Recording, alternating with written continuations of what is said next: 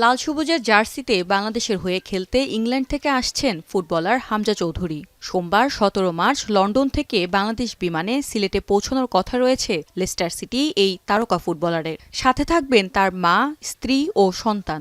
Bangladesh football federation নিশ্চিত করেছে ticket ও নিরাপত্তাসহ সব ধরনের সুযোগ সুবিধা। আসল কাশ্মীরি মানেই স্মার্ট কাশ্মীরি, একটি তাসমিয়া কসমেটিক্স অ্যান্ড টয়লেট্রিজ লিমিটেডের পণ্য।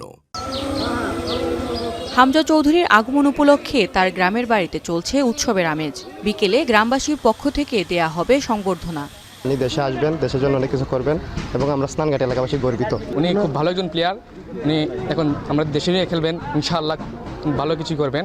আমরা সারা গ্রামের মানুষ উল্লাস করতেছি, সারা থানার মানুষ মোটা পাও বলে উল্লাস করতেছে। দেশের প্রতি ভালোবাসা থেকেই বাংলাদেশের হয়ে খেলার সিদ্ধান্ত নিয়েছেন হামজা চৌধুরী।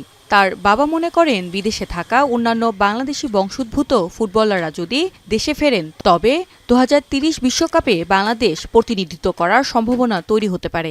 খেলাধুলার যত কি আছে সংগঠন আছে সবগুলো যাতে রাজনৈতিক প্রভাব মুক্ত থাকে, তাইলে একটা দেশের মোটামুটি এটা উন্নয়নের খেলাধুলার প্রতি মানুষের আগ্রহ বাইরে যাবে।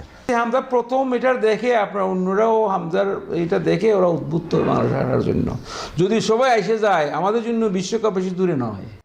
একদিন গ্রামের বাড়িতে কাটিয়ে ঢাকায় যাবেন হামজা। এরপর 20 মার্চ ভারতের বিপক্ষে এশিয়ান কাপ বাছাই পর্ব খেলতে দেশ ছাড়বেন তিনি। সবকিছু ঠিক থাকলে আগামী 25 মার্চ ভারতের বিপক্ষে বাংলাদেশের জাতীয় দলে অভিষেক হবে দেওয়ান হামজা চৌধুরীর।